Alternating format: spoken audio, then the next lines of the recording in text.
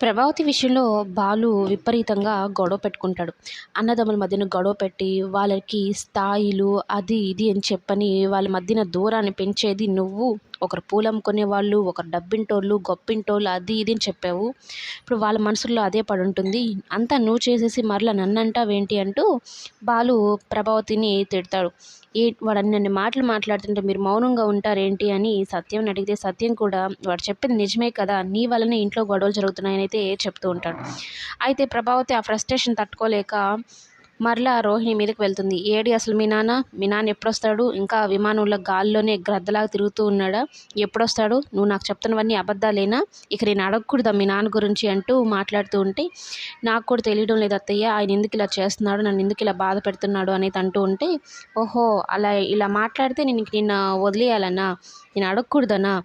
నాకు తెలిసి చెప్తున్నాను. ఇంకొకసారి మీ నాన్న నేను అడిగినప్పుడు గాని రాలేదు అంటే నీ స్థాయి మరీ ఘోరంగా ఉంటుంది.